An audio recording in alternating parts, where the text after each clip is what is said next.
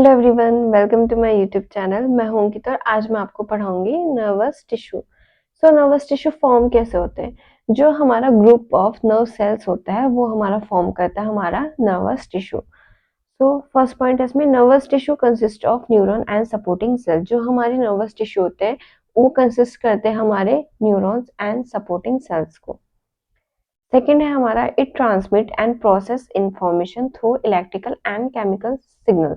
तो जो हमारे नर्वस टिश्यू है जिसमें हमारे न्यूरॉन्स है, सपोर्टिंग सेल्स है, ये क्या करते हैं, इंफॉर्मेशन को ट्रांसमिट करते हैं फ्रॉम बॉडी टू सीएनएस और सीएनएस टू बॉडी, और साथ ही साथ प्रोसेस करते हैं, ब्रेन में प्रोसेस करते हैं उस इंफॉर्मेशन को through electrical and chemical signals के। थर्ड है हमारा, nervous tissue form the basis of nervous system.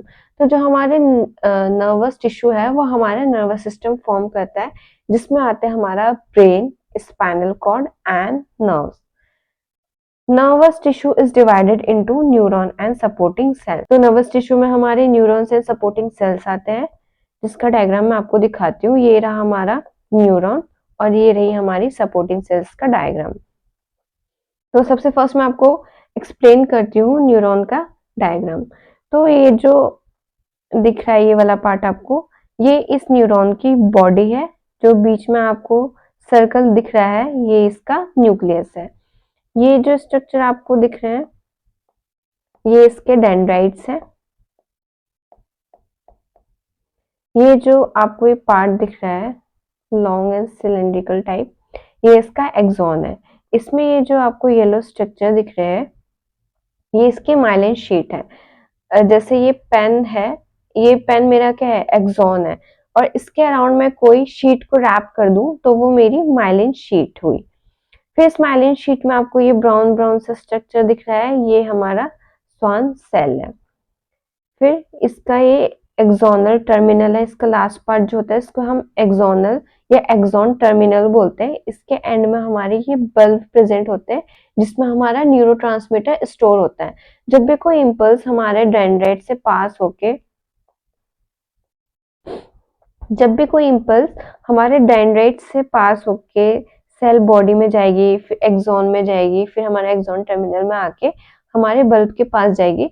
तो जो बल्ब होता है वहां से हमारे जो न्यूरोट्रांसमीटर्स होते हैं वो हमारे रिलीज हो जाते हैं, और जो हमारा नेक्स्ट न्यूरॉन होगा, जहाँ पे नेक्स्ट न्यूरॉन होगा उसके डेंड्राइट्स में जाके अटैच हो जाते हैं, जिससे कि उस न्यूरॉन में फिर हमारी जो इम्पल्स होती है वो जनरेट होती है या फिर कैरी होती है।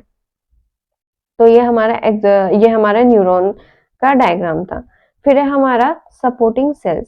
सपोर्टिंग सेल्स में हमारी 4 बेसिक सेल्स होती है, जिसमें फर्स्ट है हमारा एपेंडाइमल सेल, ये जो आपको यहाँ पे ये डायग्राम दिख रहा है।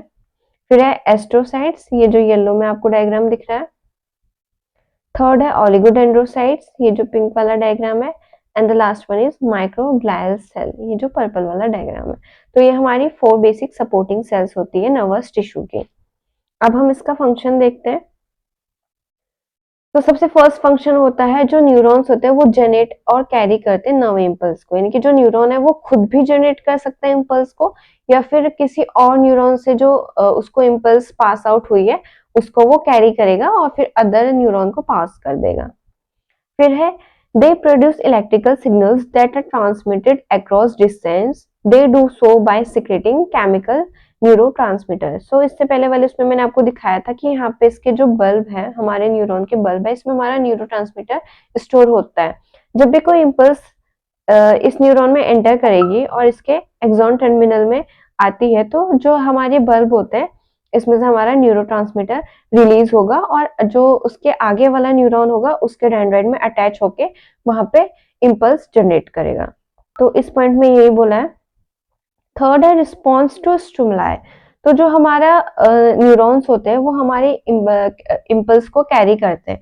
वो हमारी सेंसरी भी हो सकती है, मोटर भी हो सकती है। इसका मीनिंग होता है कि अगर मैं आपको, आपके हाथ में कोई भी एग्जाम्पल के, मैंने आपके हाथ में एक पिन को प्रिक करा या फिर पेन से ही प्रिक कर दिया, तो क्या होगा, ये मेरा सेंसरी है, ये मेरे सेंसरी इम्पल्स है कि जब भी मैं यहाँ पे टच करूंगी तो आपकी बॉडी को पता चलेगा कि यहाँ पे क्या हुआ है, किसी पिन से प्रिक करा हुआ है, और फिर क्या होगा, उसके बाद आपको पेन होगा और आप हाथ हटा लोगे। तो जो ये मैंने जब टच करा, प्रिक करा, तो आपके ब्रेन के पास क्या हुआ, सिग्नल्स गए, ये हमारा स्टिमुलाई होता है कि ब्रेन के पास कोई भी मेरा सेंसरी इम्पल्स गई है। फिर क्या होगा, ब्रेन उसे प्रोसेस करेगा कि आपको पेन हो रहा है यहाँ पे, तो वापस से क्या होगा, हमारे मोटर सिग्नल्स आएंगे, वापस से हमारी मोटर इम्पल्सेस आएंगे कि आपको हाथ हटा देना है। तो हमारा स्टिमुलस क्या हुआ, जो हमने पिन प्रिक करी, और हमारा रिस्पॉन्ड क्या हुआ कि जो हमने वहां पे से हाथ हटा लिया, ये हमारा रिस्पॉन्स होता है। नेक्स्ट है हमारा carry out communication and integration. Communication की मीनिंग होती है कि एक न्यूरॉन जो होता है वो दूसरे न्यूरॉन के साथ कम्युनिकेट करता है वाया इलेक्ट्रिकल और केमिकल सिग्नल्स के थ्रू। और इंटीग्रेशन, जब भी कोई हमारा सेंसरी इम्पल्स हमारे ब्रेन में जाती है, तो ब्रेन क्या करता है, सबसे पहले उसको प्रोसेस करता है, उसको पहचानता है कि ये कौन सा सेंसरी स्टिमुलस है और इसका रिस्पॉन्स कैसे करना है। यानी कि वो प्लान करेगा, सीक्वेंस करेगा, उसके बाद एक्शन लेगा या फिर रिस्पॉन्स करेगा। तो इंटीग्रेशन की मीनिंग ये होती है। नेक्स्ट है हमारा provide electrical installation to nerve cells and remove debris. तो यहाँ पे इलेक्ट्रिकल इंसुलेशन की मीनिंग है, मैंने आपको यहाँ डायग्राम में वो दिखाई थी माइलिन शीट, यहाँ पे माइलिन शीट दिखाई थी। जो माइलिन शीट होती है वो क्या करती है, जो हमारे इम्पल्सेस पास हो रही होती है एक्सॉन के थ्रू, वहां पे क्या करती है, उनको बूस्ट करती है, उनको स्पीड अप करती है, जिसकी वजह से जो हमारे सिग्नल्स हैं वो लॉस नहीं होते हैं, स्पीड अप होके जल्दी जल्दी पास होते हैं। तभी तो हमारे कितनी जल्दी रिफ्लेक्सेस, कितनी जल्दी मूवमेंट्स होते हैं किसी स्टिमुलाई के उस पे।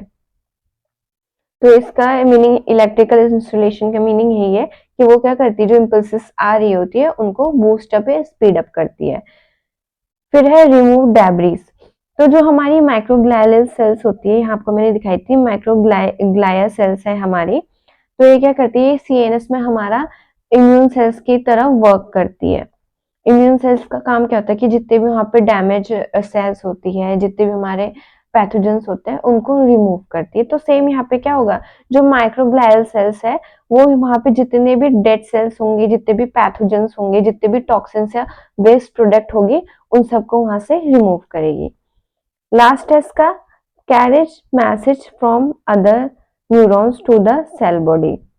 ये मैंने आपको बताया था कि सपोज मेरे पास यहाँ पे ये एक न्यूरॉन है, ये इसका टर्मिनल है, ये इसके डेंड्राइट्स है।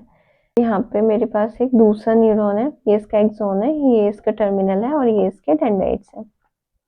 तो यहाँ से मेरा कोई मैसेज आया, एग्जाम्पल के लिए मेरे को हिट हुआ मेरे हाथ में या कहीं पे भी मेरे बॉडी पार्ट में, किसी भी पार्ट में हिट हुआ, तो ये मेरी नर्व एंडिंग है। नर्व एंडिंग के थ्रू क्या होगा कि यहाँ पे मेरा जनरेट होगा सेंसरी, जो मेरी सेंसरी इम्पल्सेस होंगी वो हमारी जनरेट होगी।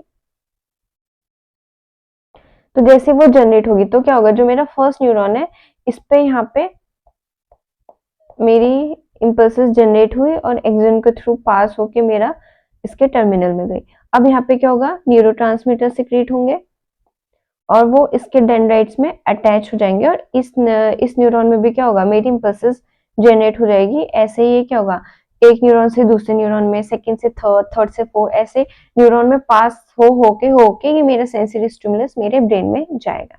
तो ये है carry message from other neurons to the cell body. तो ये वीडियो यहीं पे एंड हुआ। नेक्स्ट वीडियो में हम इसका लास्ट पार्ट जो है कनेक्टिव टिश्यू वो डिस्कस करेंगे। वीडियो पसंद आया हो, like, subscribe, share and hit the bell icon. Thank you.